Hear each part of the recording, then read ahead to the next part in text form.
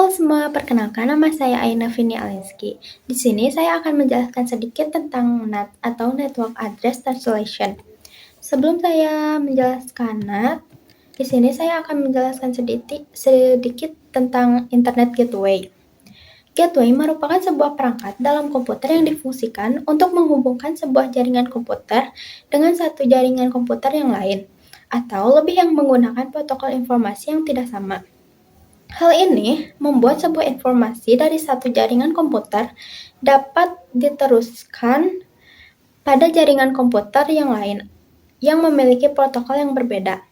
Jadi, jika dilihat dari pengertiannya, maka kita mungkin dapat mengatakan bahwa secara umum, gateway berfungsi untuk menghubungkan sebuah jaringan komputer dengan jaringan komputer yang lain dengan protokol yang berbeda.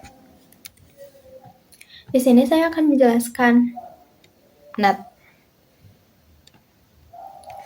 NAT atau Network Address Translation adalah sebuah proses pemetaan alamat IP di mana perangkat jaringan komputer akan memberikan alamat IP publik ke perangkat jaringan lokal, sehingga banyak IP private yang dapat mengakses IP publik.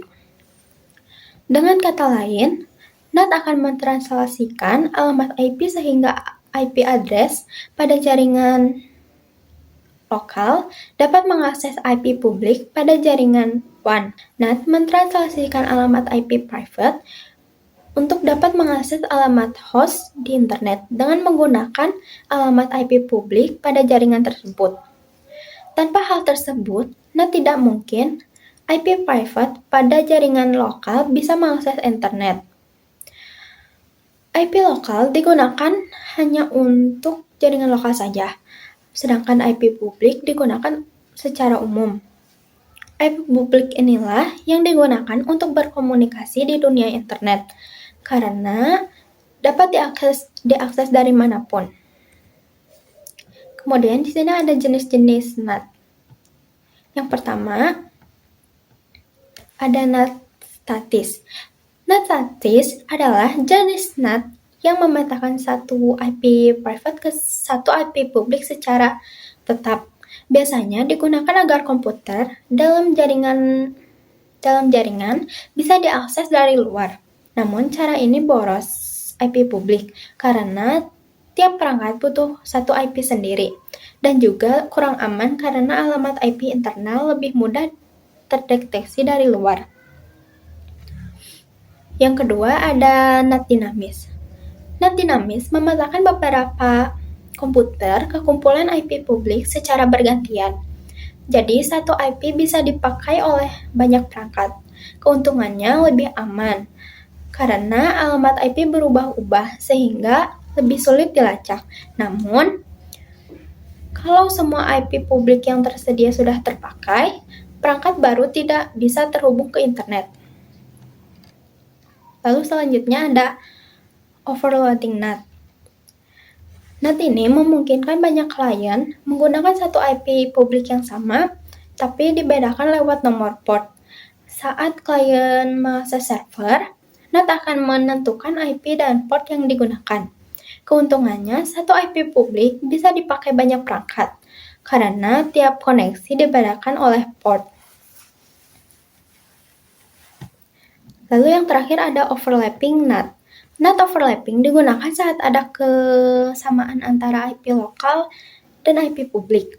NAT ini menerjemahkan alamat IP dua arah dan mengubah IP publik agar tidak bentrok dengan jaringan lokal. Saat seorang klien menggunakan NAT, klien tersebut akan melalui beberapa proses sampai bekerja dengan baik. Di sini adalah proses-prosesnya. Pertama, NAT akan menerima sebuah permintaan terlebih dahulu dari klien yang berupa paket data. Paket data tersebut ditujukan untuk server remote di internet. Setelah itu, NAT akan mencatat alamat IP dari klien, kemudian menyimpannya di dalam sebuah tablet translasi alamat. Kemudian, setelah itu, Alamat IP klien ini dirubah menjadi alamat IP NAT. Kemudian NAT akan mengirimkan sebuah permintaan terhadap server. Setelah permintaan tersebut sampai kepada server, server akan merespon permintaan tersebut. Dari sudut pandang server, yang menerima respon, yang terlihat adalah alamat IP NAT, bukan alamat IP dari klien. Setelah mengirim permintaan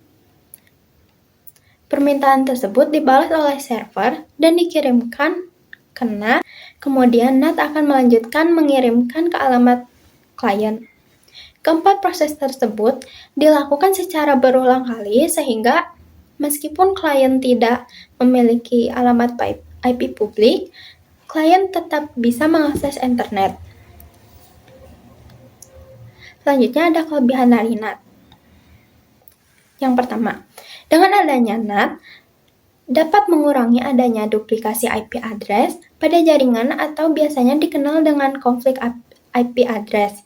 Yang kedua, dengan adanya NAT akan menghindari pengalamatan ulang pada saat jaringan tersebut berubah. Yang ketiga, dapat menghemat IP legal yang diberikan oleh ISP atau Internet Service Provider. Yang keempat, dapat meningkatkan fleksibilitas untuk koneksi jaringan internet. Yang kelima, meningkatkan keamanan terhadap sebuah jaringan. Lalu yang terakhir, performa yang lebih baik jika dibandingkan dengan alternatif aplikasi seperti proxy. Lalu, juga ada kelemahan dari NAT. NAT dapat menyebabkan keterlambatan proses. Ini disebabkan karena data yang dikirim harus melalui perangkat NAT terlebih dahulu. Lalu NAT dapat menyebabkan beberapa aplikasi yang tidak bisa berjalan dengan normal. Lalu yang terakhir, dengan adanya NAT, dapat menghilangkan kemampuan untuk melacak data karena data tersebut akan melewati firewall. Sekian dari saya, mohon maaf bila ada kekurangan atau kesalahan kata.